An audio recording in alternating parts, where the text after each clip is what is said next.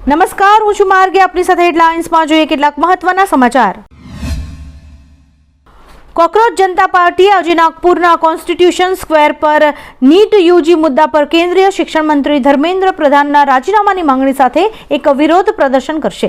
વિરોધ પ્રદર્શનને લઈને સુરક્ષા વધારી દેવાઈ છે. પાર્ટીના સ્થાપક અભિજીત દીપકે વિદ્યાર્થીઓ અને યુવાનોને સાંજે 4 વાગે પ્રદર્શનમાં જોડાવાની અપીલ કરી છે. વિરોધ પ્રદર્શન પહેલા અભિજીત બપોરે 12 વાગે પ્રેસ કોન્ફરન્સ પણ કરશે.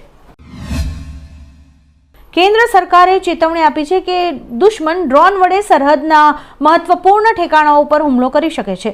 શિપિંગ અને જળમાર્ગ મંત્રાલયની દરિયાઈ સુરક્ષા શાખાએ ડ્રોન હુમલા અંગે ચેતવણી જારી કરી છે.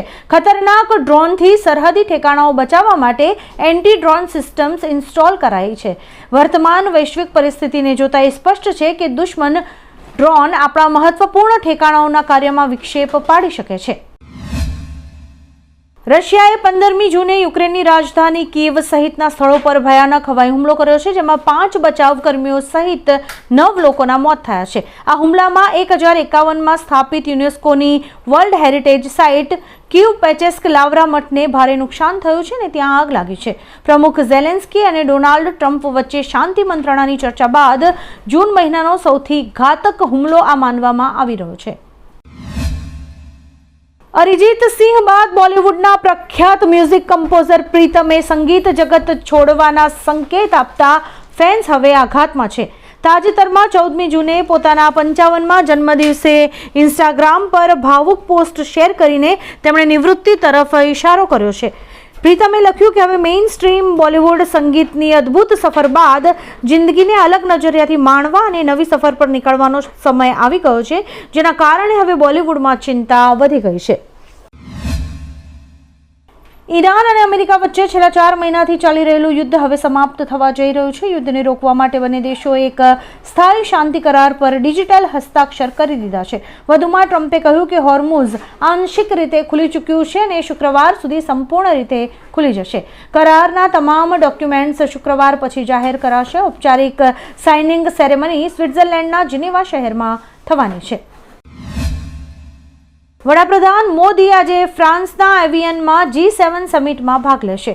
સમિટ દરમિયાન તેઓ વૈશ્વિક અર્થતંત્ર, ઉર્જા સુરક્ષા, AI, યુક્રેન કટોકટી અને પશ્ચિમ એશિયાની પરિસ્થિતિ જેવા મુખ્ય મુદ્દાઓ પર ચર્ચા કરશે. પીએમ મોદી કેનેડા, UK અને UAEના નેતાઓ સાથે દ્વિપક્ષીય વાટાઘાટો પણ કરશે. પ્રધાનમંત્રી 17મી જૂને US રાષ્ટ્રપતિ ડોનાલ્ડ ટ્રમ્પને મળે તેવી અપેક્ષા છે. રશિયાએ એકવાર ફરી યુક્રેન પર ભીષણ હુમલો કર્યો છે. રાજધાની કીવમાં થયેલા હુમલામાં 11 લોકોના મોત થયા છે, જ્યારે કે 35થી વધુ લોકો ઘાયલ થયા છે. રશિયાએ 70 મિસાઇલ્સ અને 611 ડ્રોન દ્વારા યુક્રેન પર હુમલો કર્યો હતો. આપને જણાવી દઈએ કે યુક્રેન યુદ્ધ ફ્રાન્સમાં યોજાનાર G7 શિખર સંમેલનમાં થનારી મંત્રણામાં પણ ચર્ચાનો વિષય બનવાનો છે. ઝેલેન્સ્કી અને ટ્રમ્પ આ સંમેલનમાં ભાગ લે તેવી શક્યતા છે.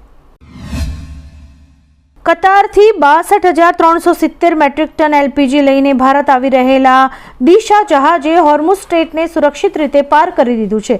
આ જહાજ 18મી જૂને દાહેજ પોર્ટ પર પહોંચવાની સંભાવના છે. આપને જણાવી દઈએ કે આ જહાજ 3 મહિના બાદ યુદ્ધગ્રસ્ત વિસ્તારમાંથી સુરક્ષિત રીતે આવનારું પ્રથમ જહાજ છે. દિશાનું સુરક્ષિત રીતે હોર્મુઝ પાર કર્યા બાદ અન્ય 35 ફસાયેલા જહાજો પણ ટૂંક સમયમાં હોર્મુઝ પાર કરશે તેવી શક્યતાઓ છે.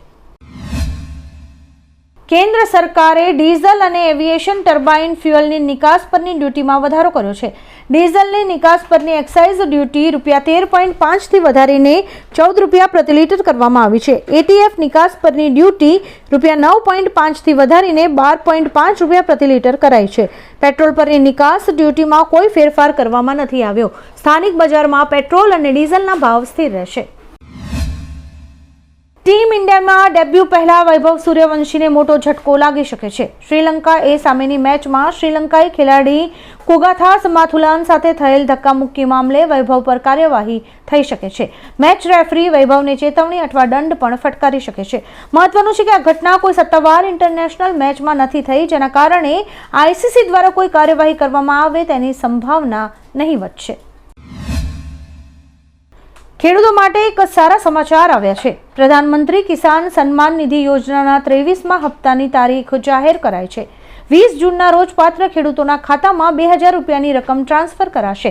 આ યોજના હેઠળ ખેડૂતોને 3 સમાન હપ્તામાં વાર્ષિક રૂપિયા 6000ની નાણાકીય સહાય મળશે. અત્યાર સુધીમાં યોજનાના 22 હપ્તા જારી કરાયા છે. હવામાન વિભાગ દ્વારા આજે સુરત, ડાંગ અને તાપીમાં ભારે વરસાદની આગાહી વ્યક્ત કરાઈ છે, જ્યારે કે નવસારી, વલસાડ, દમણ અને દાદરા નગર હવેલીમાં મધ્યમ વરસાદની આગાહી કરાઈ છે. આ સાથે જ સૌરાષ્ટ્રના અનેક વિસ્તારોને મેઘરાજા ગમરોળે તેવી પણ શક્યતાઓ છે. આગાહીના પગલે સમગ્ર વિસ્તારોમાં વાદળછાયું વાતાવરણ જોવા મળશે. આગામી દિવસોમાં હવામાનમાં બદલાવના સંકેત પણ દેખાઈ રહ્યા છે. અમેરિકામાં સાઉથ કેલિફોર્નિયાના મોઝાવે રણમાં યુએસ એરફોર્સ બેઝ પર ઉડાન ભર્યાના થોડાક જ સમયમાં એક B-52 બોમ્બર વિમાન ક્રેશ થયું છે. દુર્ઘટનામાં વિમાનમાં સવાર તમામ 8 લોકોના મોત થયાની આશંકા છે. હાલમાં આ ઘટનાની તપાસ ચાલી રહી છે. આપને જણાવી દઈએ કે બોઇંગ B-52 સ્ટ્રેટોફોસ્ટ્રેટ એક લાંબા અંતરનું બોમ્બર છે, જેને 1955માં સેવામાં સામેલ કરાયું હતું. આ વિમાન હથિયારોની હેરાફેરી માટે તૈયાર કરવામાં આવ્યું હતું. વડાપ્રધાન શ્રી મોદીને સ્લોવાકિયાનું સર્વોચ્ચ નાગરિક સન્માન order of the white double cross મળ્યું છે. પીએમ મોદી સ્લોવાકિયાની 2 દિવસીય મુલાકાતે છે, જે દરમિયાન તેમણે સ્લોવાકિયાના રાષ્ટ્રપતિ પીટર પેલેગ્રીની અને પીએમ રોબર્ટ ફિટોશ સાથે ઉચ્ચ સ્તરીય બેઠકો કરી હતી. પુરસ્કાર સ્વીકારતા તેમણે કહ્યું કે આ સન્માન ભારતના 1.4 અરબ લોકો અને ભારત તથા સ્લોવાકિયા વચ્ચે મિત્રતાના અતૂટ સંબંધને સમર્પિત છે. આવા જ કેટલાક રસપ્રદ સમાચારો નિહાળવા માટે અમારી YouTube ચેનલને લાઇક, શેર અને સબસ્ક્રાઇબ કરો અને જોતા રહો હેડલાઇન્સ.